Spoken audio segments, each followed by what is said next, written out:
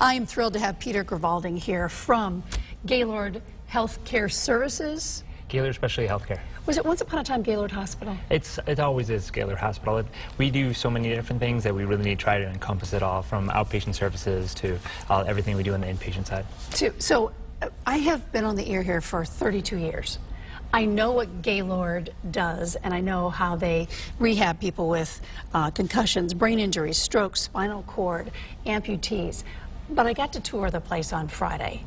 And so I saw for myself exactly what goes on up there, and it is amazing. Thank you. So you are clinical services, vice president, but you came up through the ranks. Yeah.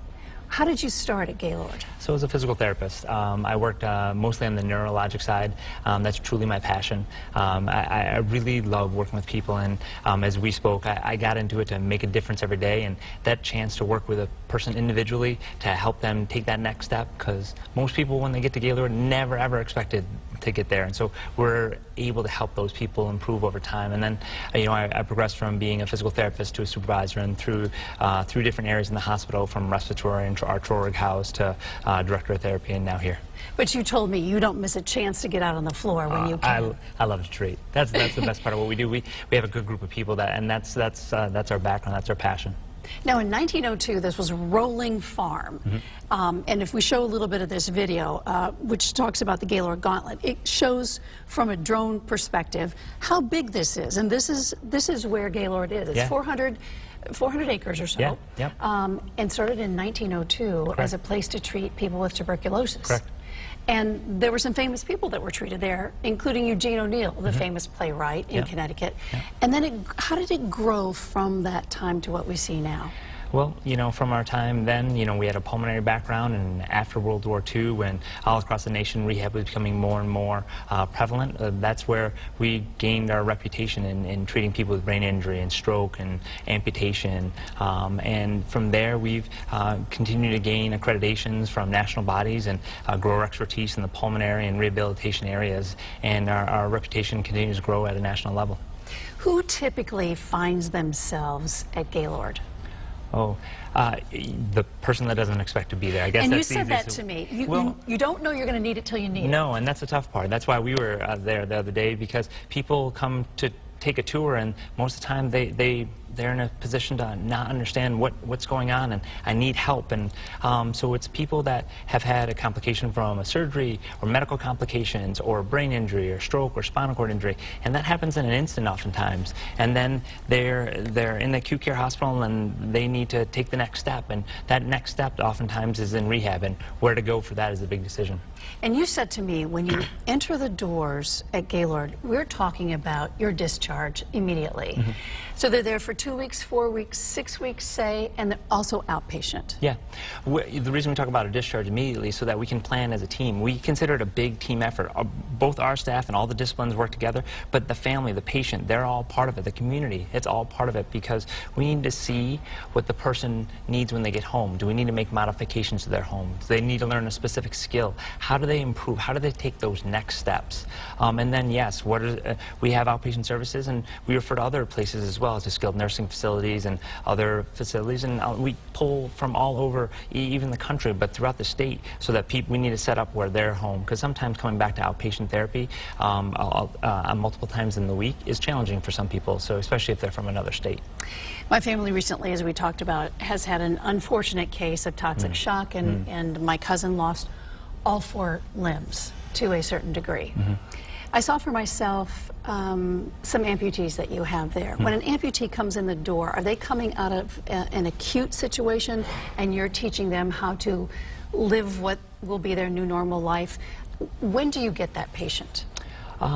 We get them once they're essentially medically stable, heading in the right direction. We really take the next step to make them medically stable and progress them functionally. So we take people essentially from the ICU or step-down unit, and then they come to us. So people that are fairly sick and compromised, that's who we see, and then help them take those next steps. Are you fitting them there for prosthetics, or does that happen somewhere else? Oftentimes, since we're seeing them pretty early on, we're helping to people with their limb development to help the wounds heal, and then most often a prosthetic is fit after the fact, but sometimes we're lucky enough to work with them there with the prosthetic and the inpatient side. On the outpatient side, however, we do a lot of work with prosthetics. Now, we're going to look at a picture of a young woman whose name is Jillian, who was in People magazine. She's a Connecticut resident. What happened to her? And we'll go to the next picture, too, when she's standing in an exoskeleton. Yeah, Jillian's inspirational story. She had an injury where she had a spinal cord injury due to a fall and progressed over time. She came to us on the inpatient side. She was one of the hardest workers from the get-go, and she's tried everything we've had. She comes to outpatient therapy. She's working in our exo suit. She walks. She's done demonstrations for us.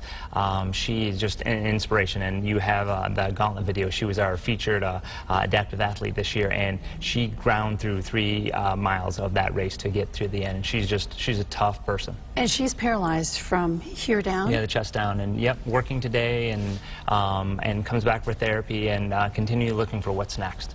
Now, this can happen. Your life can change in a second. Mm-hmm. You told me about another fella who fell, mm-hmm. and you rehabbed him mm-hmm. as well. You're seeing stories like this all the time, whether it's spinal cord injuries or whether it's a concussion. Give me other stories of people that you've taken from, gosh, I don't know if I can do this again, to the next step. Yeah, that example that you mentioned, the gentleman that fell from a stand in a tree, he was in a tough place when he got to us. He had a lot of pain still.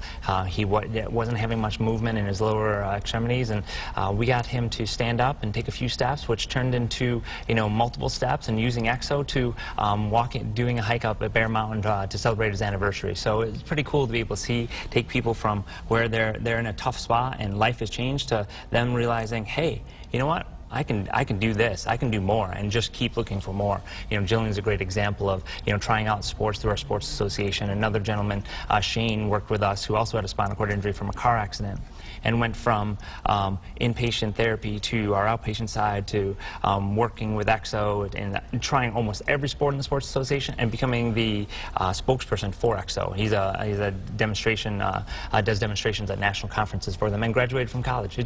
It's great to see people progress. That's you just sparkle when you talk about that. I love watching people do what they do. Now you're treating the bodies, but you also treat the mind there. Mm-hmm. That's half the battle, mm-hmm. right? Yeah. And tell me about the kind of services that you have that way. Okay.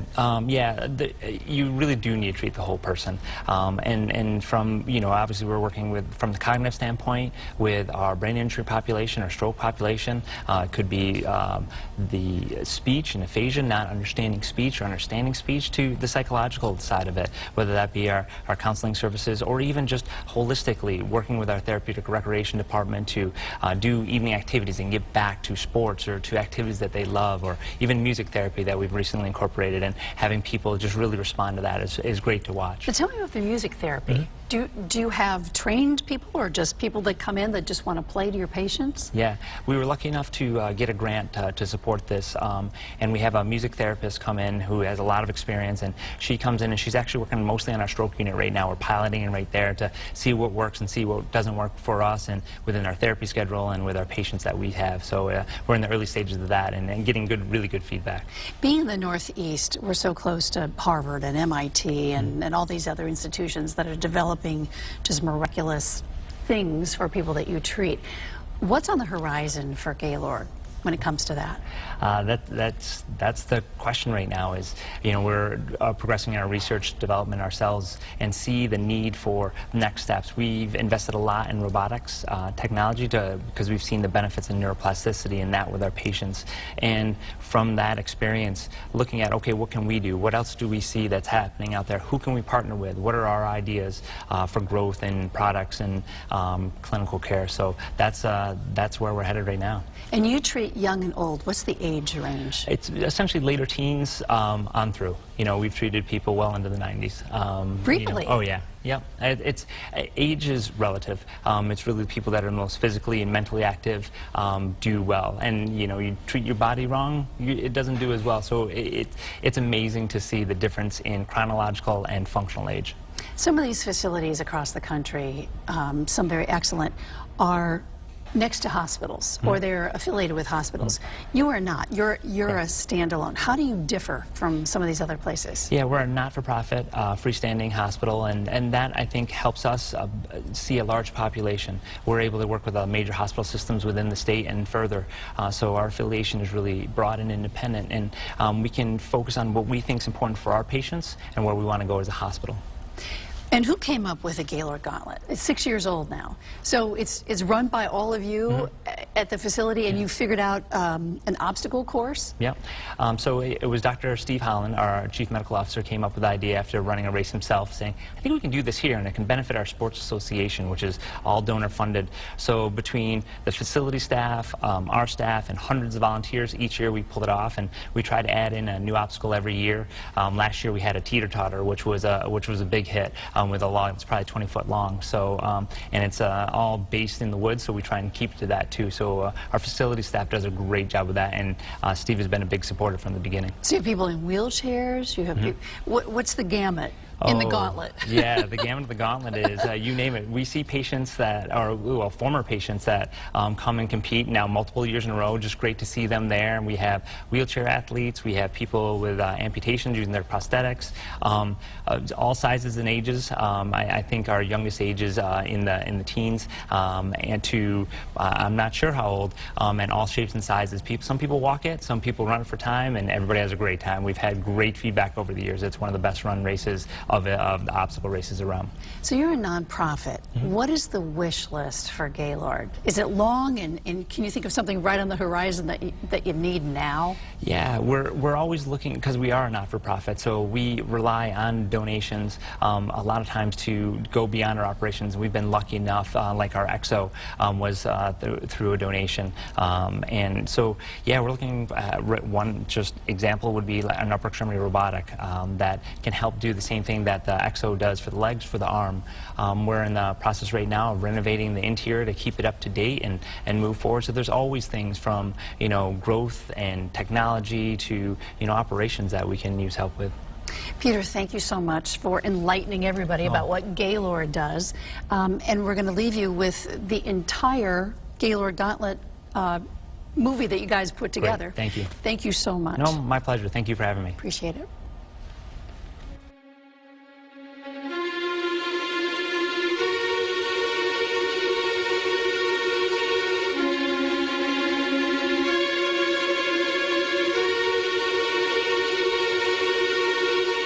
So this is the Gaylord Gauntlet. It's held entirely on the Gaylord Hospital campus. The race is a lot of fun, and it's a great social event, but it's really about benefiting our sports association and helping adaptive athletes.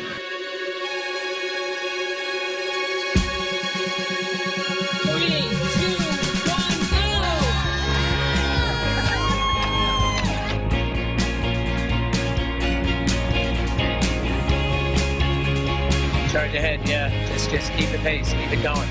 This is not a race, it's a gauntlet. That takes courage, stamina. It takes the Viking spirit. It's for a good cause, and you have a lot of fun. This is my second time doing it. We did it last year. It was a great time last year, and it's even better this year. We have the ability to have obstacles that challenge even the best of runners. So we have runners that come to this that have done a mud run obstacle race in almost every state.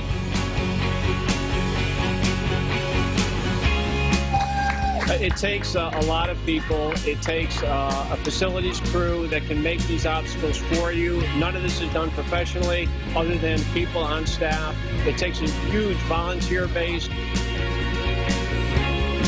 Well, it's pretty overwhelming to see a lot of the athletes that are participating. It's the beauty of this race. Everybody can do it. I've heard about the Gauntlet since the first year they did it, and I just schedule-wise couldn't do it. So this summer, finally, it was free.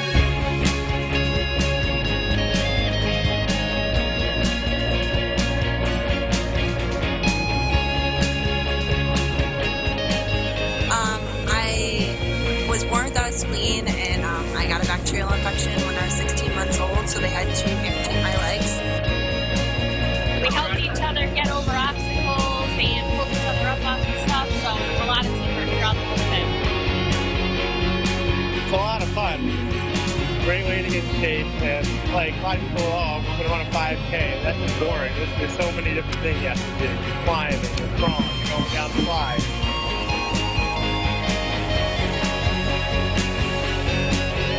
I understand it's for a good cause. It's a fundraiser, and you know, my sister lives up here in Wallingford. We know Gaylord, so it's a good cause.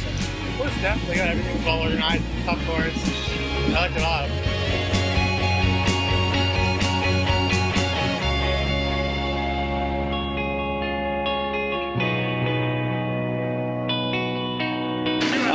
Well, it's for a wonderful cause.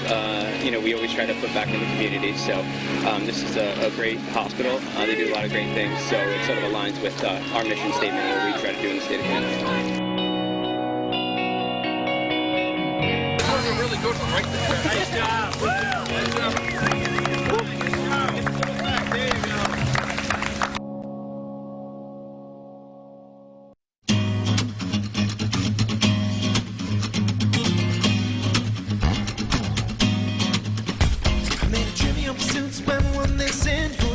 Spend all night kissing and the bump is right here, then who else is missing?